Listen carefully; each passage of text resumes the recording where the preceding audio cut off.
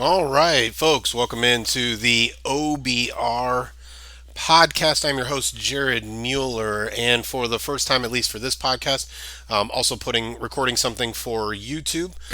Excuse me. So we're just going to kind of roll. That means there's not going to really be edits. There's not going to be any of that kind of stuff. But we are Sunday morning. It is right now 8:39 while I'm starting to record this. Those of you on YouTube, you can see that there's a window behind me. I look like holy Hades, and that is just the way it is. But the Cleveland Browns are 3-1, and so today I just want to talk really through previewing a little bit about the game. I also really want to focus and on YouTube I'm doing some of this specifically to show you some of the great articles and some of the work that's been done at the OBR. And if I can be very honest with you, because of some health concerns, I have been pretty much persona non grata since early Monday, and so I won't get into all of the details with that. But I have not been able to do a lot of things and haven't put anything up. So one of my goals today, because the game doesn't start till 4 o'clock, and one of my hopes is that I can ask you for any of the work that I get done this morning, that you take time to come read it, right? So while we're watching 1 o'clock games, you have 3 more hours to read our stuff on the OBR.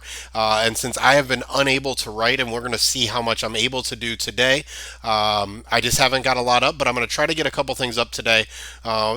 Specifically, starting with looking at this Cleveland Browns 3-1 team versus the last time they were 3-1, and how that season went, what was different about some of the rosters, and some of those kind of things. And there's a couple other things that I want to write about. And again, we have 3 extra hours today to read.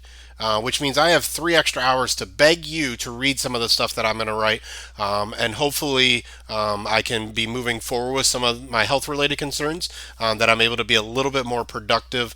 But unfortunately, that might be a couple days away still. I'm going to try to push some of that today, but we're going to go from there. So the Browns face off with the Indianapolis Colts this week, and obviously it's a big game for both teams, but especially obviously you're listening today to the OBR podcast because you care about the Cleveland Browns. And so before I get into some of the details, I want to talk to you about DoorDash because listen, food is good. I'm about to take a nice drink of coffee here. And the reality is with the game at 4 o'clock, it can really mess with some of your scheduling, what you're used to doing, when you eat, all of that kind of stuff. Go ahead and set all that to the side because DoorDash is here for you. So you've counted on restaurants, now they're counting on you. And while the dining rooms may be closed, they're still open for delivery with DoorDash. DoorDash is the app that brings you the food you're craving right to your door. Ordering is easy. Open the DoorDash app, choose what you want to eat, and your food will be left safely outside your door with a new contactless delivery drop-off setting. Choose from your favorite national restaurants like Chipotle, Wendy's, and the Cheesecake Factory. Listen, all good stuff, right? But you also can choose from many of your favorite local restaurants that are still open for delivery as well. Just open the DoorDash app, select your favorite local spot, and your food is on the way, right? To you, right? Whether that's before the 1 o'clock games, whether that's at halftime of the Browns Colts game during the 4 o'clock window, or both, right? Why not do both? Let's just hit it up. Right now, our listeners can get $5 off and zero delivery fees on their first order of $15 or more when you download the DoorDash app and enter the code BlueWire. That's all one word, BlueWire. That's $5 off and zero delivery fees on your first order when you download the DoorDash app in the App Store and enter the code BlueWire. Don't forget, that's code BlueWire for $5 off your first order with DoorDash. So, Cleveland Browns 3-1. It's something we're not used to. We don't even really know how to kind of wrap our minds around that. In the only podcast during the week that I was able to get done with Steven, we talked a little bit about how it just gives you such an option. It gives you more of a way to really understand what's going on, right? When you look forward in the schedule, right? So we have the Colts, Steelers, and Bengals coming up on the Browns schedule, and so those 3 games, 2 out of the 3 are winnable, including today, and then the Steelers game could be really tough. Also, should be considered winnable, right? There are very few games on the Browns schedule or in the Browns matchups that we shouldn't at least start to think about as winnable games because run game, good offensive line, and good defensive line, those carry. The other thing that carries is turnovers, right? And so Turnovers on the defensive side of the ball tend to be very random, and so those are not things that you can actually tend to predict or assume are going to continue. But what you can start to assume and start to predict is that turnovers by the Browns offense do not have to continue, right? So, or won't continue. That's something you can predict. And so Baker Mayfield has been playing very, very well, not turning the ball over. The Browns running backs, wide receivers, tight ends haven't been putting the ball on the ground. Those are things that you can start to assume will continue at a decent pace. Listen, teams turn the ball over, right? Tom Brady pre Tampa Bay, pre turning 40, whatever he is right now, still threw 10, 12, 13, 15 interceptions during some seasons, right? Drew Brees still throws 8, 10, 11, 12, 13 interceptions. The guy the Browns are playing against today, who is considered one of the ones in this generation of great quarterbacks, Philip Rivers, often turns the ball over, right? So he was closer to the 15, 18, 20 many of his years, and puts the ball at risk as well. And so, again, turnovers on the defensive side of the ball are really hard to replicate, to predict. Those can go game to game, season to season, and they're really hard to really totally understand, right? And so playing zone defense gives you more of an opportunity for some turnovers because you can see the ball, and you can make a break on the ball. But zone defense sets up more quick passes, more things that are available, because they're zoned. Whereas man defense tends to have more pass breakups, but less turnovers. And so Joe Woods is trying to do a little bit of both of those. And so we still expect some turnovers. But is Myles Garrett going to have his fourth straight game with a strip sack? Well, with Anthony Costanzo out, the Browns are in a better position, right? And so we're going to start talking about injuries here when I start, but I really am going to roll through some of the articles that are on the site that I really want to encourage you, and I'm kind of going to work my way backwards, timeline wise, to the most recent stuff. And I'm specifically going to spend a lot of energy really focusing on a preview that Jake Burns put so much time and energy into. And if you're on the YouTube site, you can kind of see all of the work. You're not going to read it all because I'm going to be flowing through it, so you go to the site, but you can see a lot of the work that he has done. And I want to encourage you, that is an article that you should really be spending a lot of energy on today as you're getting ready for the game, even as the game's happening. If someone makes a big play, I bet you you're going to find some information on it on this article. So I want to encourage you to have that up during the game. But kind of working our way backwards from earlier in the week to now, Fred Greetham on October 8th has an article titled "Browns Run Defense Flying Under the Radar, but Depth Might Be Tested." And so those of you who have listened to me on the OBR podcast, and there also is an article that I wrote after week 2, know that the run defense has been very, very good, stellar, top 5 in the league kind of thing. And it's not just because teams have been playing from behind, right? Even against Baltimore, who should have probably tried to run the ball more, right? Because they had a big lead on the Browns, didn't. And there was a reason for that. And that we think it's the Browns defense, right? So Fred has some stuff there. Obviously, with Larry Ogunjobi being out, that's going to cause a problem. But make sure you look at Fred. Listen, there are 12 comments on that article, which is a lot at some level because of how things go. So make sure, look, Fred's got some videos in here. A lot of good stuff talking about the injury report. Again, this was back on the 8th. And so make sure that you look at all this good stuff that you're going to get there on the site. Again, if you're listening on the podcast, I'm just rolling through it real quick just to look at it. And then my buddy Stephen Thomas, I had an early look at this article, and so he actually quotes my article on from when there was 8-0-3 teams and what they could do to sell. But Steven takes a look at a bunch of different players that could be on the trade market. The first one I'm going to mention is Marcus Golden, who is an edge rusher from the New York Giants. He is someone who could be available and could really help bolster that edge. There's a variety of other players, some linebackers, some safeties that I will be pretty high on. So again, if you're on YouTube, you're not really able to see a lot of this. He ends it talking about J.J. Watt and Zach Cunningham. But again, make sure you check that out. that is titled NFL Trade Rumors, Browns Deadline Targets, question mark, and Early Look. So that was October 8th as well. Make sure you get to the site for that. Again, this is just me really showing you all the good stuff that you should be able to obtain from the OBR.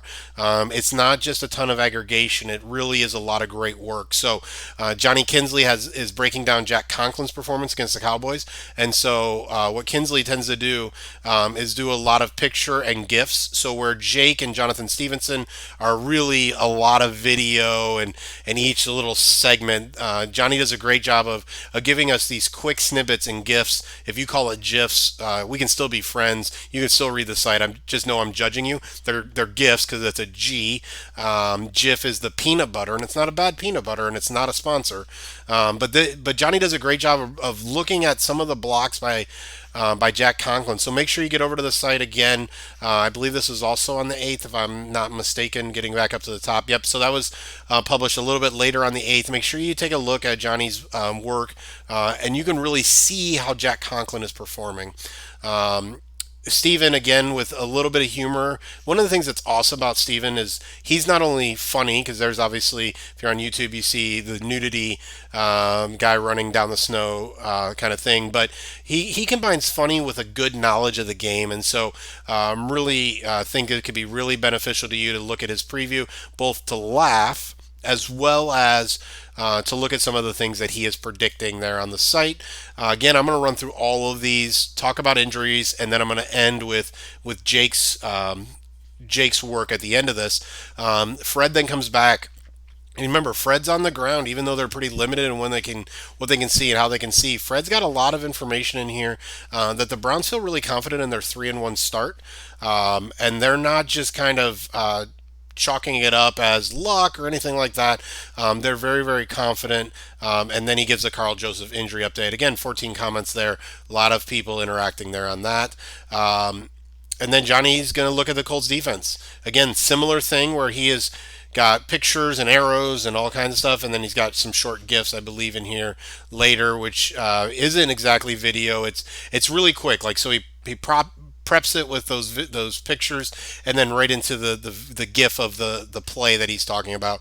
So does a really good job looking at some of the different defenders. Julian Blackman is one, Darius Leonard, who we now know is out, Xavier Rhodes, who's having one of his best seasons in the league this year, and just some of the matchups there. So a lot of really good stuff from Johnny. Again, that came out on the 9th. The Colts defense gives the Browns their toughest test yet.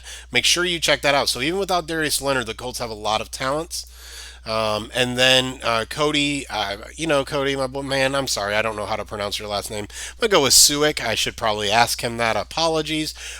Cody does a great job of breaking down analytics, right? So, the Browns are a highly analytic team, and so we wanted to make sure we brought to you some actual numbers that mean things to you. So passing and rushing defense, you can find the little pictures, just information that actually matters from a data perspective. We can always see good things, but for example, Xavier Rhodes, he has a tweet from Sam Monson from PFF on here, and how his completion allowed percentages have changed over the last 4 years, and all that kind of stuff. And so he talks about some key matchups, some numbers. So again, if you're a numbers person, yesterday he put some great information into that for you. So make sure you're checking out OBR Analytics, Browns versus Colts. And then the last two things. So first is Johnny Kinsley. Unfortunately, I did not get my prediction. I'll get you that at the end here.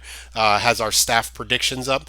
Make sure you come and tell us that went out yesterday as well. Make sure you come and tell us what you think. So I'm actually going to talk through my predictions and kind of where I'm at with this game, and then I'm gonna go over to that game day preview that I really want to be your focus for Week 5, Cleveland Browns versus Indianapolis Colts, where I think you should spend a lot of energy, where I think you should share an article, where you should make your friends and family smarter about the Browns versus Colts by sharing that article. I think there's just a lot of great information in there. But let me talk through kind of what I see. So when we talk about injuries, the Browns and Colts are at some level at a different place. So starting with the Colts, Anthony Costanzo, Darius Leonard, you are talking about two of their top, 5 talents on their team. So if you talk about Phillip Rivers, maybe T.Y. Hilton, DeForest Buckner. They have some talent on the team, but when we talk about Darius Leonard and Anthony Costanzo, you're really talking about two of their top five players on their team. So you juxtapose that with the idea of Nick Chubb, Larry Ogunjobi, possibly Carl Joseph, and listen, I'll be honest. I think Nick Chubb is probably the second most important or best player on the Browns team for what they want to do, with Myles Garrett being number one. But the reality is first, Kareem Hunt backs up Nick Chubb. And so while the Browns go from having two stud running backs to one, they still have one. And with this offense, with the offensive line, with everything that is going on with it, with the wide zone scheme and how he is mixing in some wham blocks and some gap scheme, some man scheme, those kind of things, there's a lot of opportunity for success. We saw that last week with Dearness Johnson. We have seen that with Denver Broncos with Mike Shanahan before Kyle Shanahan, where a number of players, including Terrell Davis, can really be successful in the zone scheme and the scheme that the Shanahans run. And Stefanski has really made it his own. So while Nick Chubb is probably a more talented, vital piece of the puzzle at some level, the Browns' scheme and backup talent really minimize that to some extent. Now, it's not as simple as that. It's not, okay, great, they just replace him and go on, because having both Chubb and Hunt allows Stefanski to really focus on the run. He can go every other series with them. We have seen times where it's a lot of Chubb in the early game, later it's Hunt. We've seen a lot of variety with how he's really spelled those players and kept them fresh. So we're not trying to minimize that injury. Larry Ogunjobi, listen, is an important player. I think the Browns have some creativity that they can do, depending on who is available on the defensive line. Again, whether it's Olivier Vernon, Adrian Claiborne, but they still have Sheldon Richardson. Looks like he's going to be playing. Hopefully, he is able to make it through the game. Jordan Elliott, the rookie, has played well according to Pro Football Focus. We'll see what that looks like if his role is extended a little bit more. Again, rookies may have a little bit higher upside, but veterans tend to make less mistakes. So Porter Gustin on the outside, all of that allows some creativity to move somebody else inside. But Larry is really that stout run defender. And so the question really becomes, is this a breakout game for Jonathan Taylor, the rookie running back out of Wisconsin?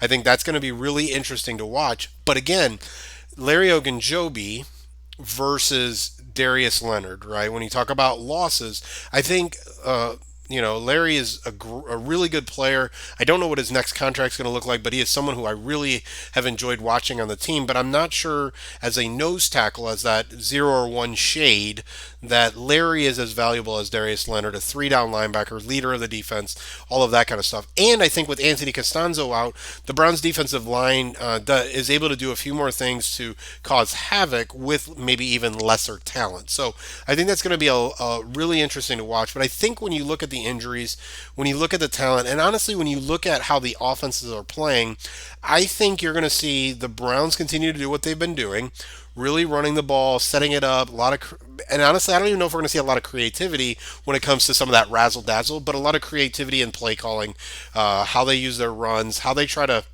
get rid of DeForest Buckner, or how do they try to work away from him, or go directly at him, whatever it is, but all of it to keep him off balance. I think everything will come out of that, out of trying to keep DeForest Buckner off balance. And so that'll be key for the game. And so if I had my prediction in, I do think it's going to be a lower scoring game. I think it's going to be Browns 28, Colts 17. So Browns 28, Colts 17. But how do I get a little bit smarter, and how do I really feel good about that?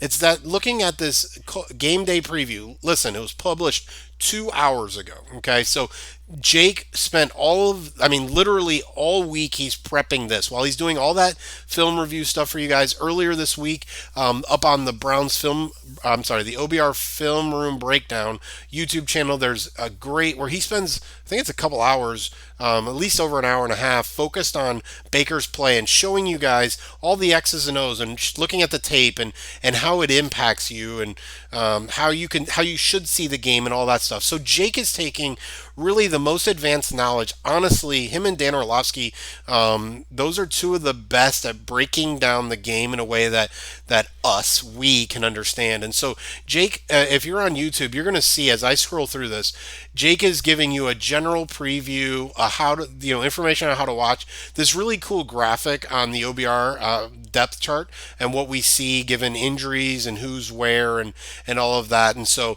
it looks like Jake is believing that Vincent Taylor and Joey Ivy will step into that Larry Ogunjobi shade, or you guys would call it a nose tackle position, with Jordan Elliott still backing up Sheldon Richardson, given, again, the information that we have at this time. And so he does a great job of looking, just letting us know what's going on the depth chart, what he expects with the return of David Njoku likely. Will Rashard Higgins, Donovan People-Jones, who's going to get some time there? And then he has a cut and paste of the Indianapolis Colts depth charts and some of the interesting things going on there with the Colts. He goes over some of the injury report stuff, including obviously Carl Joseph now popping up on the injury report. Then he does a little bit on gambling. Listen, if you're into some betting, there's some stuff there for you. And then this is where it really gets interesting. And so this is where Jake will take stuff that he's done, take stuff that Johnny's done, take stuff from the week, as well as some new stuff to look at some key offensive plays that the Browns can run against who and what the Colts like to do on defense. And I am still scrolling, folks, and I'm scrolling pretty quickly because there's just a lot of great stuff in here. Again, this is the stuff that you take a quick screenshot and send over to your friend. Like, nope, I already knew this was happening because this is how they dealt with DeForest Buckner when the Vikings were playing against the Colts earlier this year. And this is how he won. And again, this is just where I'm at. This is who Kenny Moore is for people who don't actually know who Kenny Moore is and why he can be an important player, and why you're not going to be surprised if Kenny Moore gets pressure on Baker Mayfield and causes trouble on a bootleg, because you saw it on tape. And you can say to your friends, yep, Jake Burns, Johnny Kinsley, the OBR staff are amazing. They told us this. They told us this could happen, and we need to be on the lookout for Kenny Moore. And then it goes into some of the defensive plays, how to deal with Jonathan Taylor. All that stuff is in here. So I'm just still scrolling. This is everything you need for today's game. This is where you should be spending all of your energy before and after you read the stuff that I'm going to try to put together, as long as health allows and those kind of things. So 3 key matchups. Jake talks about the Browns rushing attack versus the Colts run defense, and then some of the line play stuff. But I'm not going to give it all away, so I'm going to keep scrolling a little bit on on the YouTube channel. But please, I encourage you, again, this went up 2 hours ago on the OBR.com. Game day preview, Cleveland Browns versus Indianapolis Colts, week 5. Again, my prediction, I believe, is going to be around 28-17 Cleveland, and the Browns will move to 4-1 after week 5 of this disastrous year it's been for most people. The Cleveland Browns will be 4-1 after today. But again, it is Sunday morning. It is 9:01, so that means it is time for me to finish off today's podcast, this YouTube video, and get everybody pumped up for a game that doesn't start. Let's see if my old brain can get 7 hours, folks. You have 7 hours to listen to this podcast. Check out everything on the OBR.com, including the new stuff that I'm going to put out. You can get a hold of me on Twitter at Jared K. Mueller. That's JaredKMueller, and the site, which is the most important, at the OBR on Twitter, and the OBR.com is our website. We are a part of 24/7 and CBS Sports. Enjoy the day, enjoy the game, take care of yourself, take care of others, and go Browns.